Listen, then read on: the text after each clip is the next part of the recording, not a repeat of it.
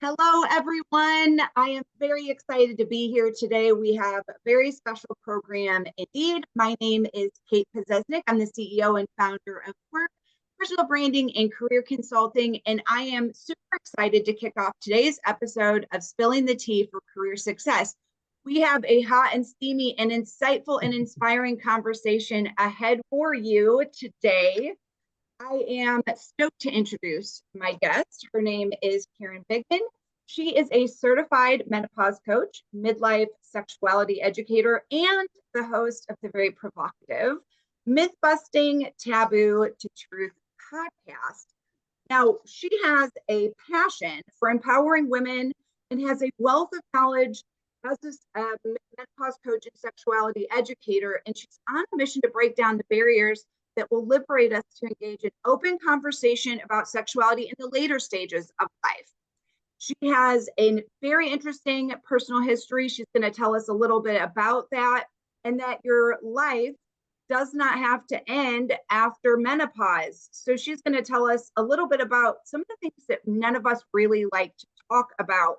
So as we go through today's event, if you have questions, you have the opportunity to ask them anonymously. We will address them. So feel free to give us your juiciest, toughest questions. We would love to infuse it into our conversation today. Karen's going to be here today to help change the narrative around midlife sexuality and some of the challenges that we have as we're making transitions in career, love, and life. So get ready for an engaging conversation from boardroom to the bedroom, midlife transitions in career, love, and life. We're going to dive right in today because I can't wait to get Karen talking. I need to sip it, and so we can move on to the really good stuff. I always like to ask this question of my guest, Karen. What is one thing Google doesn't know about you? Well, first of all, thank you for that very, very full introduction. I hope I can live up to it, and thank you for having me. One of the things that I love to do, and it's part of my mission and with the podcast, is to bring women together to socialize and to talk to each other. It started about 8 years ago. I was in a relationship and I found that my girlfriends were sort of falling off because I was so focused on my boyfriend. And I took an inventory of all the women that I knew. I was living in New York City at the time, and I came up with about 40 women from different places that I had met, whether it was my kids' school or work, and I started inviting them over for dinner. And I had named the group. First, I started with a few good women, and then I changed it to a few awesome women, and it became the Awesome Women's Group. And we would get together and socialize and meet each other, all meet different people. And the special sauce that people told me that I had was that I knew how to put people together that would all get along, that no one ever felt like an outsider in the group. And I can get people to talk about anything, which is probably what ultimately led me here to start talking about sex and menopause. Yeah, you have a very interesting history and story. Give us all some insight into your personal story. What has your path been like personally, professionally, and how did you come to specialize in these areas of expertise to help women? So my path is kind of bumpy in terms of I started my career as a COBOL programmer out of college. So if you would have told me when I was 21 years old that I was going to be a sexuality educator at 60, I would not have believed that. But somewhere along the road, my life took various turns and brought me to this place. And so I left the workforce to raise my children, and then was struggling to figure out what to do to come back in. And I had been gone almost 15 years at the time, and it was pre-internet or just the beginning of the internet. So I was really struggling to figure out what to do. And I first started going to restaurants because I love to cook. So I was following, like, that was the passion I had. And I went and I got an event management job because I had the little kids at home still. That sort of brought me forward and getting into the workforce. I was always the oldest employee, so that was kind of uncomfortable, especially the restaurant world, at least it was. I don't know what it is today. It was pretty young. And then I got into the project management field. And so I actually went back to work for my former boss from my technology days. And slowly but surely that fizzled for another reason. The company went under. That was another bump. And then my husband at the time and I were getting a divorce. And as we were going through it, fortunately, it was very amicable. I ran into a friend of mine who was a few months ahead of me going through also an amicable divorce, but very flummoxed, trying to get her administrative side of her life together, going through all the emotions of divorce after a long marriage. And I started to help her. And from that, I built a business on that. And I called it the Divorcierge. I was a divorce concierge. That was the concept. And I felt that I needed some training to be able to really help people and have the tools. And so that's when I started the life coaching. And what I really love, and it kind of comes back to bringing women together, was I love helping people. I love finding resources for people. And I love watching people emerge from, difficult times into a new life, which is what I was doing in parallel. And after a few years, what I found was, as much as it was a great service I was offering to people, it's really tough. Divorces, especially my clients, were very high conflict, and they don't happen overnight, and they're long processes, and people are a hot mess for so long that it was bringing me down. And I just felt that I needed to find something that was more uplifting for me. So I moved on at that point, and then COVID hit. So I really had time to kind of get clear, I thought, on what it was. And so I went back to my technology days and did some business consulting for small businesses and business management and productivity tools. And sort of in parallel, when I was getting divorced and getting back out to dating, I started to realize that there were issues with, I don't know how much I'm allowed to say on LinkedIn, but basically I was having issues with libido and orgasm. And I was in perimenopause. Of course, nobody was talking about it then. And so I started to learn a lot about what was going on and what some of the tools were. And fast forward, since this was a very long story, I was pushing 60 at this point, and I was really nervous about, I didn't want to turn 60. I felt like I was going to be old. I wasn't sure what my career was. And this parallel track where I'm learning about, sexual health, I met a couple of people, and these were the kind of the pivotal moments. One was in a book group where the conversation was around a very steamy sex scene in the book. And there was a huge embarrassment. Nobody wanted to talk about it. I mean, the person that recommended the book was embarrassed that she recommended the book. And I was, I'm a New Yorker. I'm sort of a big mouth. I'm like, what do you mean you can't talk about this? Like, we're all middle-aged. We've all had sex. What's going on here? And the other thing that happened was I connected with an old boyfriend from childhood, and he said, "Well, I thought women at your age don't want sex anymore. That's what I keep feeling." And so these ideas that women, don't want sex in middle age, and so it just started percolating. And I'm like, "Well, no, that's not true. That's not true. I need to talk about this." And the idea was born. And so I literally launched right after I turned 60. And I just decided, everyone's like, oh, 60 is the new 40. And I said, oh no, 60 is the new 60. This is it. I found my passion. And I managed to turn 60, and the world didn't explode. In fact, it actually, opened up for me. It's so interesting. There's so much to unpack with this. So I want to dig into a couple little pieces here. So one of the things that you have experienced repeatedly over the course of your life and your career are these major transitions. And I think that, especially these days, as compared to previous generations, we experience maybe more transitions than our ancestors did, such as people get married and divorced more frequently. Dating is a big transition to take, divorce in general, and career changes, right? Past generations, you might change careers or jobs 2 or 3 times. Now people are changing careers or industries or roles every, 2 to 3 years. So what has given you the strength to be able to go through these transitions? Or what would you say are the characteristics that have helped you weather those transitions successfully and with confidence?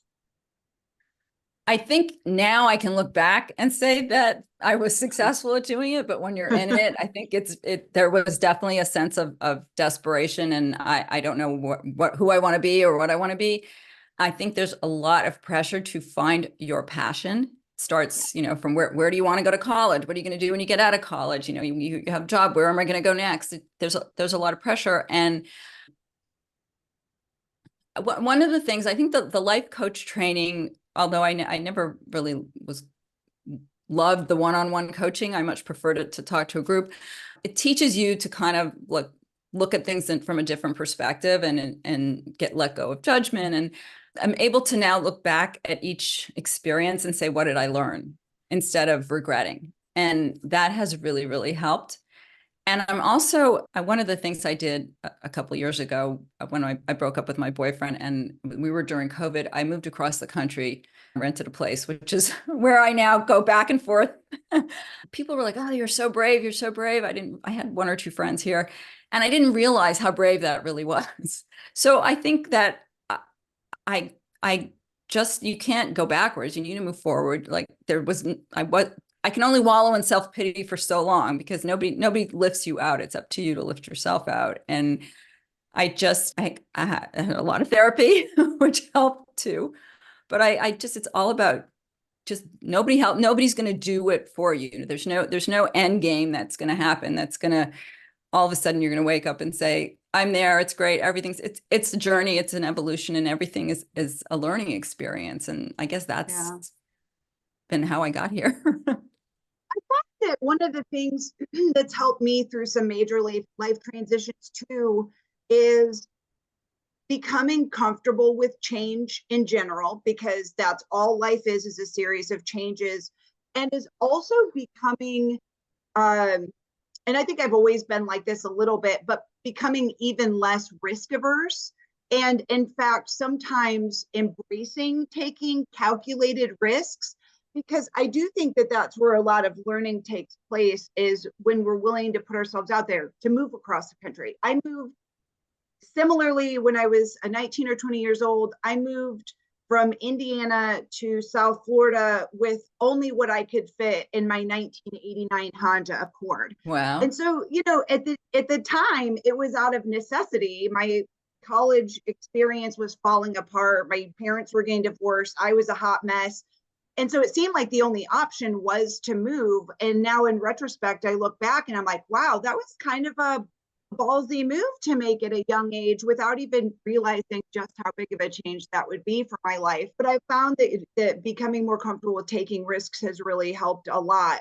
Now, one other thing you said is 60 is the new 60, which I love, the fact that you are embracing your age.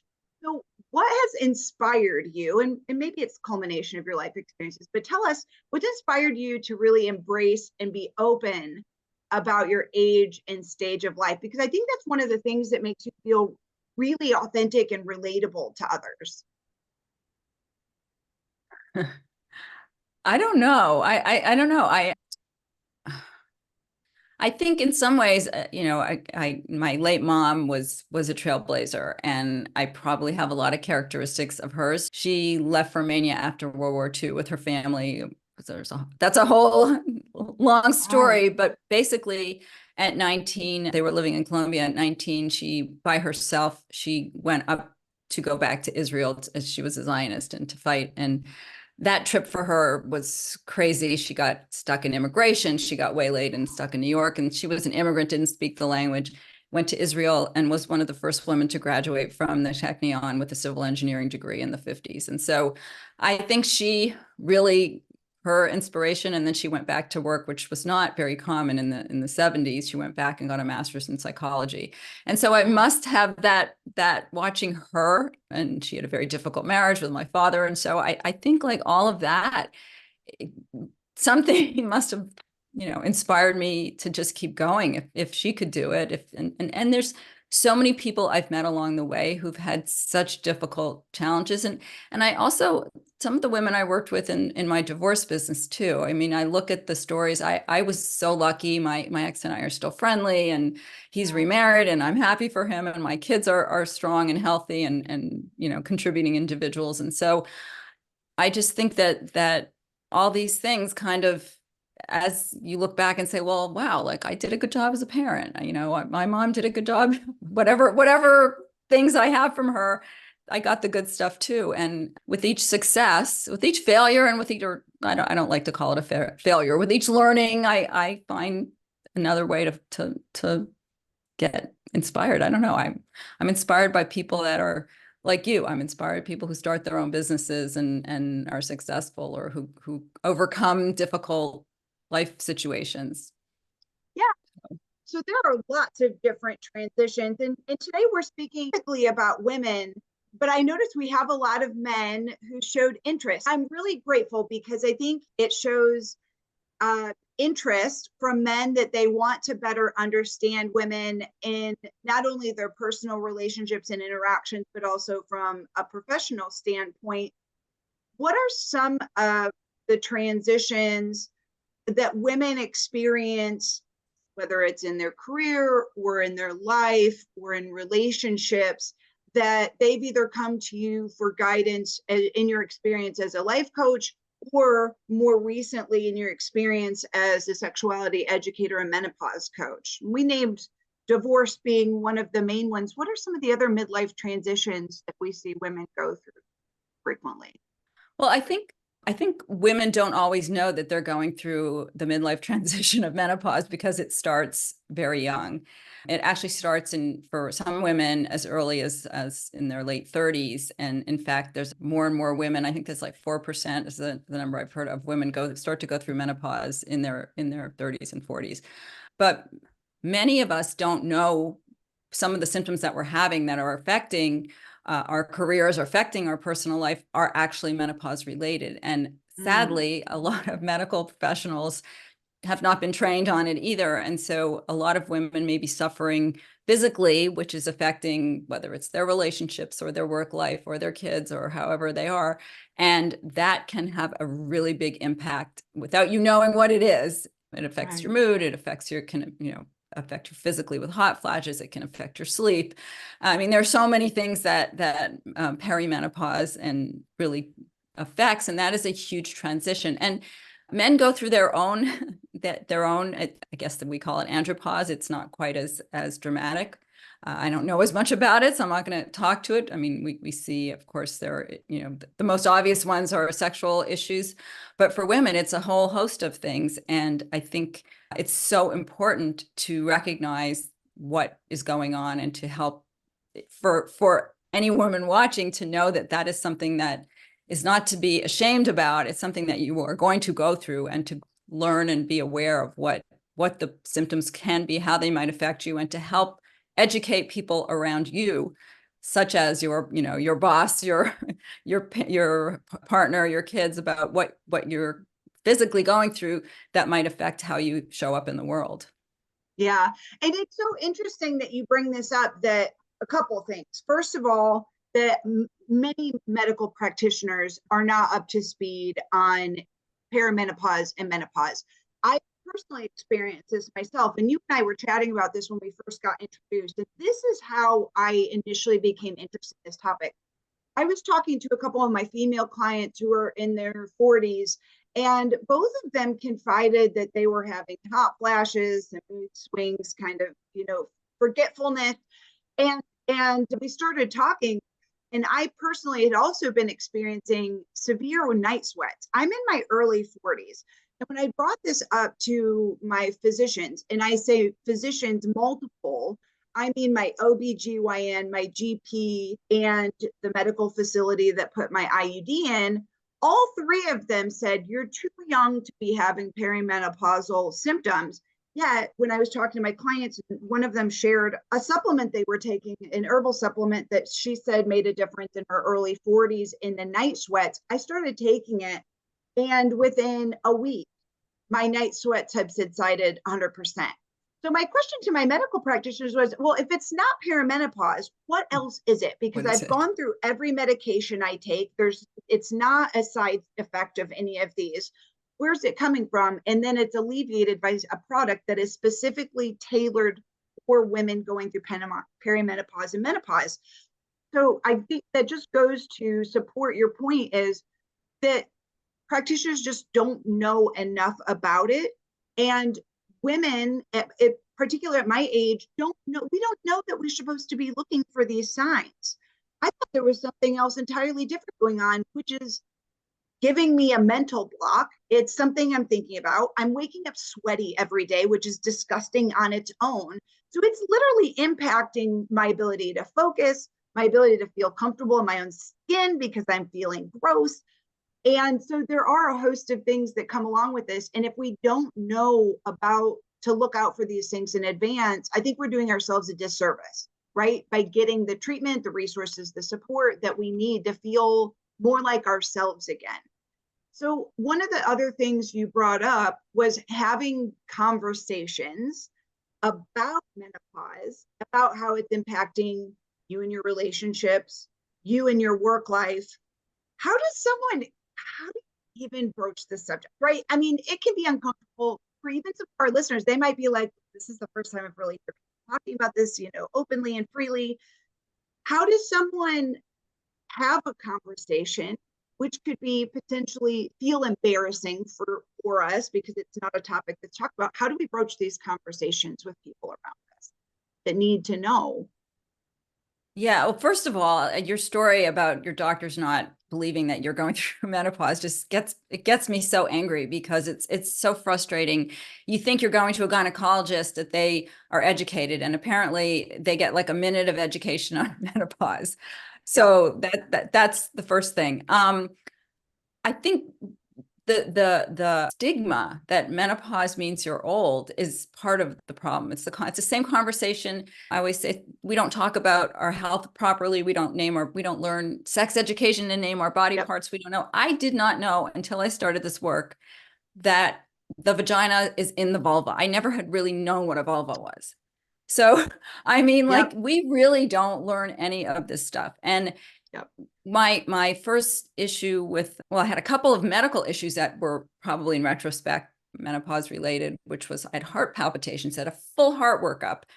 It was all related to perimenopause. I mean, there's a story that Oprah tells. That's how she started talking about menopause. She went to 5 cardiologists, and her trainer said, well, maybe you're in menopause. And 5 cardiologists, not one of them said, Oprah, you might be in menopause. And so And there's that's Oprah. If she and can't get the right kind of help, how can the rest of us? and now I don't know if you've heard Halle Berry recently talking about that she was having sex with her partner, and it was like she felt like she was being, it was so painful. The doctor told her they had herpes, and it was Ah, absolutely not herpes. It was dry menopause. vaginal dryness from menopause. So Uh-huh. so the doctors need to get educated, and there's only so much, but really it's up to you. So information is power, and that's true on every level. And it's up to us as women to, if the doctor, first of all, if your doctor doesn't know about menopause, whatever age you are, find a new doctor.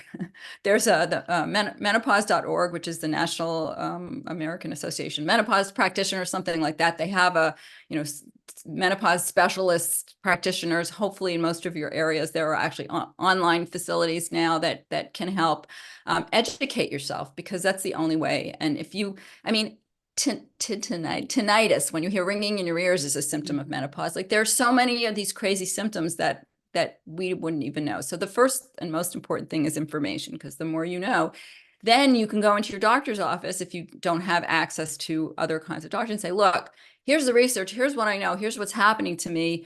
What can I do about it? And that brings to step 2, which is something that I believe strongly in. It's hormone replacement therapy, which is something that I started. Fortunately, my doctor was I guess in those days what one would call progressive. I say she was just smart because she read the research and put me on hormone replacement therapy in my late 40s, when I started having more obvious symptoms. The heart Right. palpitations, and never occurred to me to tell my gynecologist about it. And sadly, 22, 23 years ago, there was a study that linked hormone therapy to breast cancer. And Mm-hmm. the media took off with this study, and women overnight stopped taking hormone Yep. therapy and suffered, for especially my generation, suffered needlessly. And they've now reversed that, debunked the survey, the study, and are now understanding that hormone therapy can help your heart health, your bone health, your brain health. Your skin, I have a post coming out about estrogen is good for your face. The vaginal estrogen that helps Yes. with dryness is good for your skin. Vaginal dryness can contribute to urinary tract infections. I know there's some study recently done, one of the urologists I follow, something like, I don't know how many billions of dollars it costs to help treat urinary tract infections that are preventable by simply using vaginal estrogen, which is not systemic in any way. So Right. there's a lot of new information. There's a lot of, snake oil out there. So you have to be very careful, but the more you know, the more you can go to your doctor or find another practitioner. There's a lot of, actually, you don't even need to go to medical doctors now. There are nurse practitioners, there are medical providers that can really help you feel better. And it affects every part of you. I mean, your mood. I've Yeah. heard people when you get your period, like I remember when, I would get my parents, it used to drive me nuts, would always, oh, do you have your period? Because you're so cranky. I mean, it's kind of like you've Yeah. got your period for a few years and you got to learn how to function in the world. So education, do the research for yourself. Yeah. And for anyone who's just joining in, and frankly, even if you've been listening in, I want to reiterate something that Karen said, which is this misconception that human replacement therapy is still linked to breast cancer. This has been dispelled. Obviously, we are not medical doctors, but we are encouraging you to revisit the idea of potentially harnessing the power of HRT as an option to help you cope with some of these symptoms that you're experiencing. And this is important not only if you are a woman listening in, but if you are a man listening in and you care about a woman who is going through something like this, your spouse, partner, etc., help that person out. Do some research for yourself so that you can make educated, informed decisions about how you take care of your health. We have a great question. Is there any reason that someone may not be able to take HRT due to existing medical conditions that you're aware of? Is there anything that comes to mind in terms of that may be a conflict for people? I know this could be a medical question, so I don't want to make you uncomfortable with that one. The only thing I do know, there are certain types of breast cancer where hormone therapy is not an option, but it's actually a lot less than, a lot fewer things than we thought. And there are some cases where hormone therapy reverses or reduces breast cancer. There's a study recently, if I'm quoting this right, and I don't want to say with 100% certainty, where they studied 10,000 women and found that testosterone therapy helps reduce breast cancer. I just saw that one. Dr. Kelly Casperson. I follow her. She's somebody wonderful to follow if you're interested in learning about menopause. So yeah, I would say that would be the one I know. And the other thing I wanted to say, and I guess this one it would have gotten my attention, but get the men's attention in the room, that one of the symptoms of menopause is reduced libido and anorgasmia, which is difficulty having an orgasm. So you want to make sure your partner is happy. Happy Yes. hormones help. Yeah, we talked about this, you and I, the other week ago, about wanting to make sure that that your partner is feeling satisfied. And one of the ways, especially if you're in a relationship, you care about this person, is having some of these conversations to know how your partner is feeling, how their general health is, and if there are ways that you can support each other in feeling better in terms of your overall health and wellness. Are there other I'm sure there are. What are some other common myths or misconceptions, either around menopause or midlife sexuality? I think this is kind of the nitty gritty where people are wanting to hear about, because no one talks about their sex life, especially past a certain age. It's like, it just feels awkward, or maybe we all are like, I should know this by now. I don't want to talk about it. So what are the common myths that are floating around out there about midlife sexuality and menopause? I think, and I've heard doctors have actually said this to women, that you're done after a certain age, after you go through menopause, which, by the way, is defined as 12 months without a period. So it's kind of can be floating for some people, that after you go through menopause, you're no longer interested in sex, that if you lose your interest in sex, you'll never get it back, that That's all right. Yeah, I would say that we're washed people, up, that we I think that's a common misconception. And honestly, I've had some friends. So I'm in my early 40s, but a couple of my best girlfriends are in their mid to late 50s and have gone through some of the experiences that I, in the past, have been utterly terrified to face. I mean, everyone talks about the atrocities of having menopause. And I had a couple of girlfriends that talked about how awful it was, but that they weren't really and they weren't interested in sex, and that they were okay with it, and they had just accepted it as this is the way it is now. And I'm like, girl, you are 55 years old. It is not time to throw in the towel. Well, the other thing that people, You sorry, know, go ahead.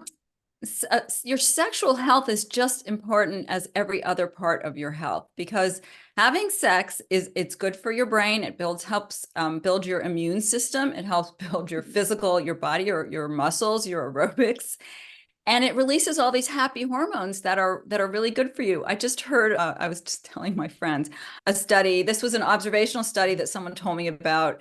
It wasn't of a huge number of people, but it was a researcher somewhere in Europe that studied Alzheimer's patients and found that, again, observational study, something that he was trying to get funded for a long-term study, that he looked at two groups of Alzheimer's patients in the early stages, and the ones that were sexually active, having more orgasms, their Alzheimer's progressed at a slower rate. So orgasms, What? even if you're just giving them to yourself with a vibrator, orgasms are Done good for your deal. health. It's So, for my ladies, mental and health. it keeps the blood flowing to all the areas that need blood flowing, because vaginal dryness is can lead to serious issues that can really hurt your body. So I think we have always dismissed our sex and sexual health as something, we're lucky if we get it, and if we don't, no big deal. But it really is very important. And the more we talk about it, the more it becomes less stigmatized. I had I did a group here in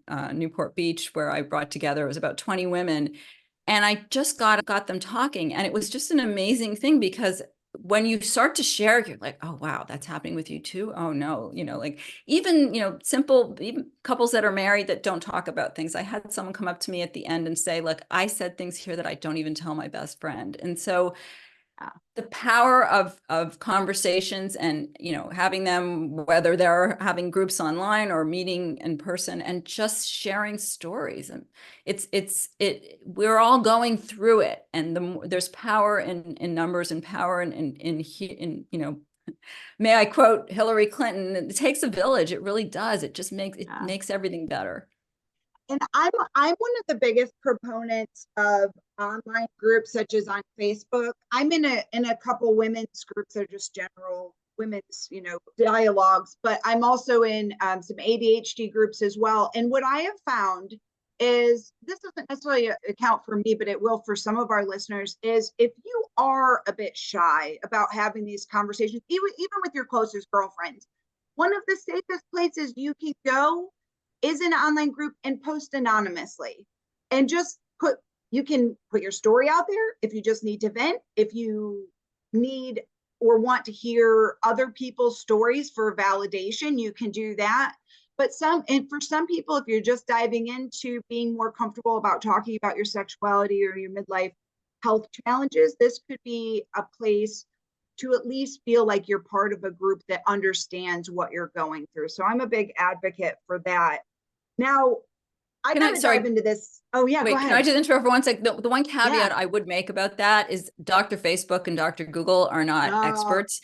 And especially, I've been in a bunch of menopause groups, and it's frightening. So there's a lot of snake oil. So make sure that whatever information, it's one thing to share your story and start the conversation, but if you ever want to do any kind of treatment, make sure that you're working with a licensed medical provider that knows what they're talking about. Agreed. Yes. Sorry. Thank you for throwing that in there, because you're absolutely right. Plus, when people share their independent stories, you don't know exactly what part of that narrative is true and what's not.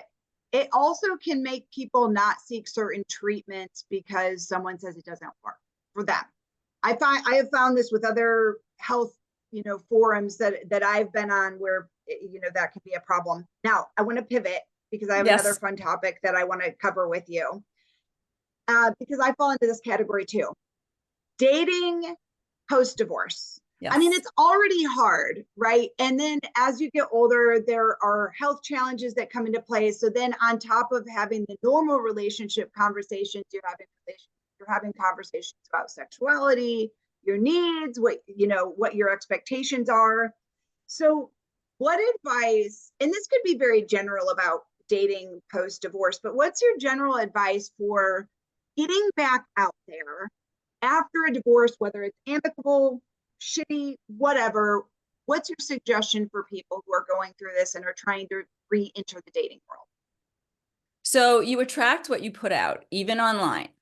So first thing I would say is do the work. Do the work on yourself. I can't tell you how many guys I've spoken to that are still angry with their ex-wife and are, blaming them. And if you are still doing that, you're not ready to date. Now, you may want to date and just have some fun, but you're not ready for another relationship because doing the work, I mean, I have been divorced now for 10 years and I've been in one very long relationship and a bunch of short ones. And I finally feel like I've done enough work to be able to really show up and it's working because when I show up and I put out to the world who I am, what I want, and I know not to attract or I'm able to filter out people that are not right for me.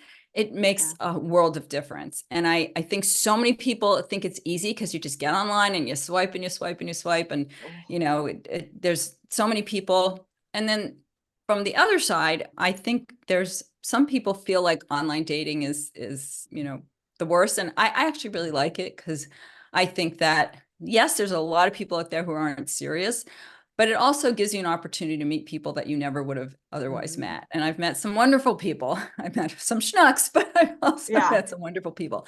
When it comes to the conversation around challenges in the bedroom, what's super interesting is, at least, I've been dating whatever for 10 years in my 50s, and most of the men that I date have been married. And so they've seen their wives breastfeeding and giving birth and gone to the bathroom in front of them. I always say, if you can go to the bathroom with, when you're dating somebody, like, you're going to be okay. You're good. So they're not as shocked by the information. And actually they're kind of, I'm surprised because there are things that I need. I always bring vibrators into the bedroom and it can be kind of embarrassing, but I find guys are actually quite open to it and they understand and they're going through their own things. And if I would imagine if you're dating someone with a huge age difference, that might be a little bit different. But I think it's hard to bring it up, but once you do, it just becomes another conversation that you start to talk about. And then you learn to find what each other likes. And, like, I have back issues. I have certain positions I have to be careful with. So it's just like that is, but we can talk about it. And the more we talk about it, the better our communication, the better our relationship.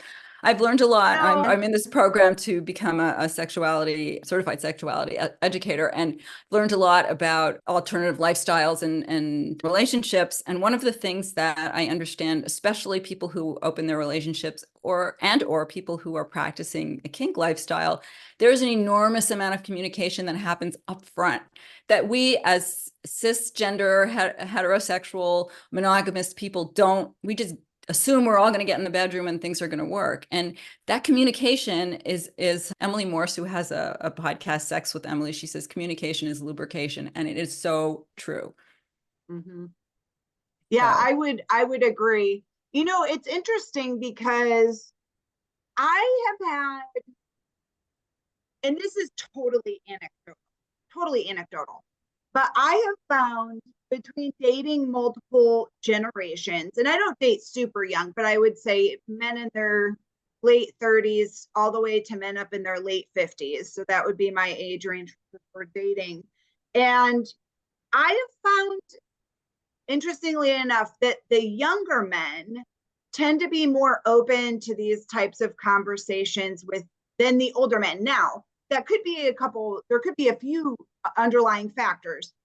Older men are undergoing experiences with their health that younger men may not be struggling with. So, ego can come into play about bringing up issues that are impacting you in the bedroom that they may not want to address or aren't comfortable having conversations of, or just bringing in toys to the bedroom or spicing things up or trying new things. where I found younger men seem to be a bit more liberal about being open to this. And maybe it's just method of communication that people take feedback differently. Is this just my experience? Is there a difference in how men typically respond based on their generation or age, or maybe how they were brought up with or without conversations about sexuality? I don't have a whole lot of personal experience with younger men. I have a 32-year-old son, so Yeah. that's a little too young for me to date. Fair. However, what I will say is that younger generations, are growing up with more information.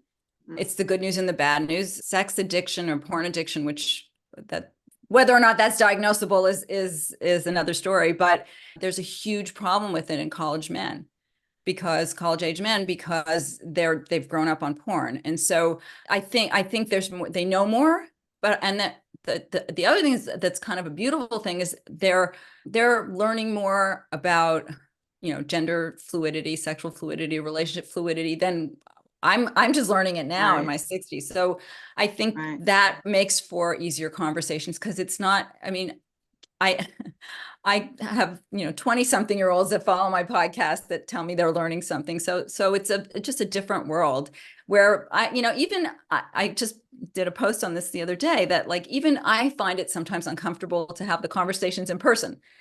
So when I'm talking to my Yeah. audience, when I'm talking like this, it's no problem. But when I'm talking to somebody one-on-one, it's harder. Where I think for younger people, for the most part, if you've grown up in a world where whether you talked about it with your parents or not, it's just an easier conversation.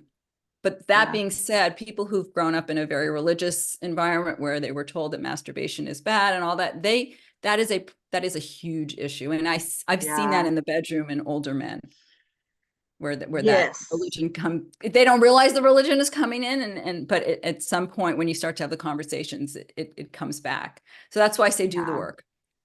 I Because yes, love there's that. physical changes, but there's emotional things that you can't fight them. You can push them down for so long, but they're going to come back and haunt you. Yeah, I would agree with that. So I want to touch on something that you sort of glossed over, and I want to dig in a little bit more. And hopefully this doesn't catch you off guard, because it's something I just popped into my mind. So I've noticed anecdotally from women that I know who were once married in heterosexual marriages, come out later in life as bi or lesbian. So what is it? Is it that we're becoming more comfortable in exploring our sexuality? Is it that it's become more socially acceptable to have fluidity in our gender? And what advice would you have for someone, specifically women, who are exploring their sexuality or their gender identity later in life? Well, I think we give ourselves permission as we get older, and there is something. Lisa Mosconi just did a bunch of brain research on women who've gone through menopause, and there are changes in the brain, but there's also what she found is women who had gone through menopause have this like I don't give a fuck kind of attitude. So Yeah. it's like ready. I think this week's episode, the one that came out on Sunday, is an interview with the woman CJ, is a friend of mine, who basically she was in a heterosexual marriage and got divorced and explored her sexuality, realized she was bi, and then she expanded her horizons and started to enjoy kink. And so it's a really interesting transition. And I've heard that story over and over. And I think it's a combination of I'm living in a body that I'm not comfortable in, or in a relationship I'm not comfortable in, or in a sexuality that always wanted to explore, but my partner, my husband, my wife didn't allow it, or I felt trapped in it and I didn't. So now I have the opportunity. I think that there is some social acceptance in a lot of places. Yeah. Unfortunately, it's Yeah. going backwards in a lot of other, and people are talking about it, and there's information. And again, there's this communication thing that is so beautiful in people that change, that have different relationship types.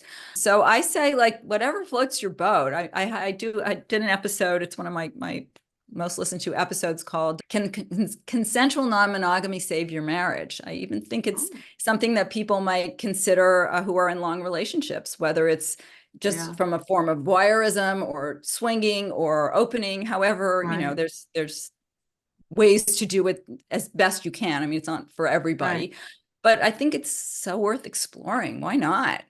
You know, it's super interesting that you bring this up because I was watching a video about this woman who is actually studying the history of marriage and relationships, but specifically marriage.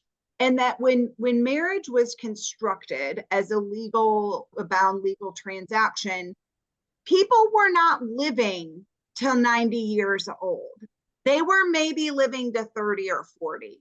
Yeah. So the expectation of monogamy and being committed to only one person throughout an entire lifetime was based on the fact that realistically, you might not even be alive with that person for more than a couple decades, which I think sort of, for me, it was like, I was like, oh my gosh, I don't have to be seeking this one person for the rest of my life. I've personally become the type of person who believes there is a soulmate for every season in your life.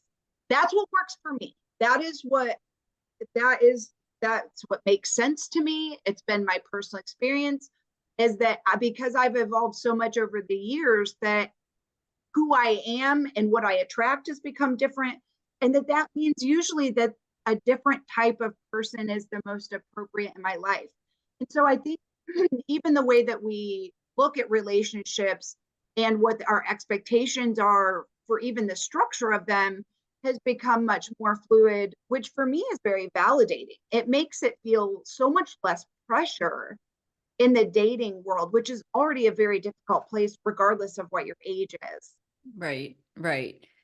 Yeah, and actually marriage was a financial contract. That was, later. And that was, and the other thing is that we didn't go through menopause because we died in our 30s and 40s. So that wasn't an issue, right? Yeah. But absolutely, I think, you know, I've because I've learned so much about it, I've thought really hard, and I don't think I could be in a non-monogamous relationship. I've never had the opportunity, but I have learned that some people just try it, or some people join it.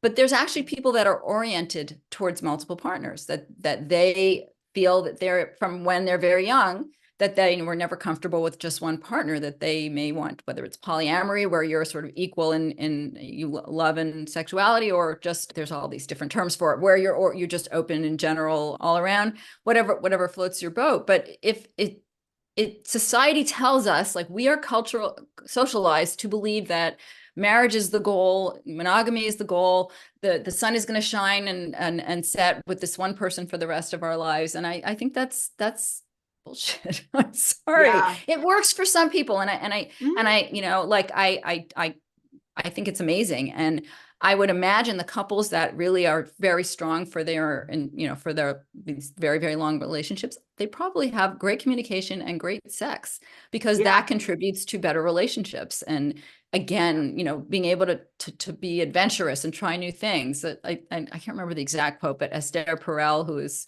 one of the most famous relationship therapists out there, she says, like, we need the erotic, we need the rush, and we can't get that with the same person for 50 years or 60 years, but we can if we change the paradigm. And that's whether it's opening, whether it's introducing new lifestyles, whatever it is, you can't stay with the same person. But if you want to keep it fun and spicy, you got to do different things. Yeah, I love that.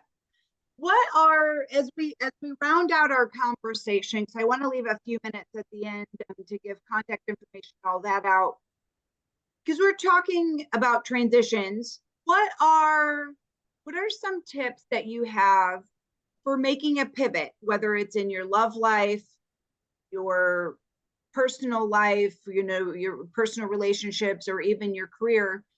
What's the key to making a successful pivot, or what advice do you have for maybe even remaining positive when you're making or going through a major life transition?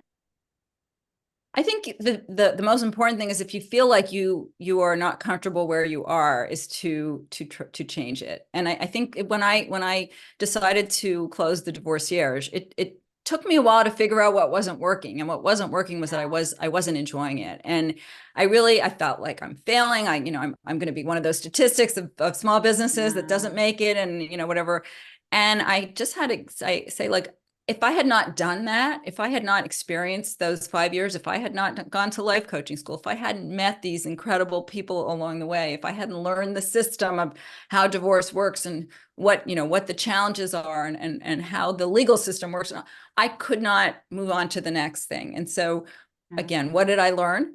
And what do I really want in my heart? And like I said, it took me 60 years, and I feel, who knows, in 10 years, I may find something else that floats my boat, but you got to follow your heart. And sometimes it's Yeah. hard. I know some people stay in, marriages because there's too many challenges Yeah. to leaving. And I get that, but Yeah. I have rarely heard somebody who followed their heart, whether it was leaving a relationship, leaving a job, or whatever, and turned around and said, God, I wish I didn't do that. It's really, I wished I didn't do it in the beginning, but now that I'm here on this other side of it, wow. And Yeah. the other piece of advice I would give, and this goes back to your soulmate conversation, the journey is the destination. I don't know exactly who said that. It was Rumi or one of these philosophers, but it's so true. Like, if you're always looking to find the thing, the person, the toy, whatever it is, you're never going to get there, because you're going to get to that place and say, oh, now what? It's Yep. really trying to, it's cliched, but live each day in the moment and enjoy it. And it's work, Yeah. but man, it's worth it. Like, I'm so, people look at me when I tell them what I do now, and like, I get weepy. I light up because I love it. I'm learning so much. I'm meeting so many really cool people. And I wish this on everyone. I really Yeah. do. I know, because I feel the same way about my profession as well. It feels good to find something that feels authentic to you, something that you are good at, and something that really helps other people on a topic that is meaningful to you. What are some resources that you would suggest people reach out? One of them you mentioned, I think, was menopause.org. Are there any other menopause or sexuality exploration websites that people should look at? Are there any that you would recommend that might be worth checking out? Um, I'm not going to name specific, but I'm going to organizations that are worth looking for providers. There's the Association of Sexual Educator, Coaches, Counselors, and Therapists. So anybody who was considering getting some sort of sex therapy, you want to be really sure that the person, I have episodes on that too, and who you should look for, and what type of credentials. Right. Sex coaching and sex therapy does not involve touch. And I think that's a Uh-huh. misconception. So you want to make sure there are certified sex, not therapists, but they're surrogates and things like that can involve touch in the therapy, but it's usually under the supervision of a therapist or a counselor. So you want to make sure, you're not ending up with somebody who's going to, if you've got sexual trauma, that you're reliving your trauma Right. so that ASECT, and we can put notes, I can send Yeah. you all that. And then Awesome. there's the ISWISH, and I wish I remembered, ISSWWSH, something like that. It's the female, the Women's Health Sexuality Educator. It's another organization that has some good information. And I'm in this program with the Sexual Health Alliance. They put out some really great stuff on Instagram, some really educational stuff. So, and feel free. I have my email with Karen at Taboo to Truth with the subject line, "Tell me the truth," and I will gladly research or tell you if I have resources for you. Excellent. And I put up our contact information um, up as well. If you want to reach out to Karen, you are welcome to do so. These are her social media handles. Definitely check out her podcast. Karen, is there anything that you've got coming up? And maybe you want to give a quick word about your podcast and some of the topics that you cover, because I think it's really fascinating. Or anything else you want to share about that you've got going on that people might be interested in? Yeah, I love to bring women together and gladly include men in the conversation and get them speaking. So if anybody's interested in trying to put a group together, whether it's online or locally, I go back and forth between California, Southern California, and New York City. Getting the conversation is like going in a room where you feel safe is best way to start. In terms of my podcast, I have episodes on a lot of things. I have episodes on hormone therapy. I've interviewed some medical providers. We talk about all sorts of sexual dysfunction, both female and male. I have a lot of episodes on non-monogamy, on kink. The next week I have an interview with a sex therapist coming out, Alicia Williams, which was really great. Last couple of weeks ago was with a sex counselor, all about what sexology is and what the study of it is. I have another one coming up with Dr. Batsheva Marcus, who is a sex therapist. She's a great book. She's also wonderful. I'm interviewing the owner of the founder of Mystery Vibe, which is a series, a product line that was developed with urologists for people who have sexual dysfunction specifically. So just another woman in Europe who has a website for sex workers that helps filter both the sex workers and their clients. I guess it's legal in parts of Germany. So just really, really interesting topics. And then going back to, more medical professionals as well. So I really want to educate. I want to get the conversation going. I want to help not just women, men. I think my audience is 50-50. So it's so much fun. I love what I do. It's a labor of love. And I want everybody having great sex until they die. Yes. I think that's a fantastic place to end things on. I love it, ending on a high note. Karen, you have been a fantastic guest. I've enjoyed our conversation, and I'm confident that it's going to inspire someone who's listening in today to reach out, get the support that they're looking for, make that transition they've been putting off or have been afraid to get started on, or to have that tough conversation with their partner about their sexuality or about their relationship. So I appreciate that. If you want any resources, definitely get a hold of Karen. Check out the Taboo to Truth podcast. It is fabulous. Thank you again, Karen, and I hope everyone has a fantastic day. Thank you. This was fun. So much fun.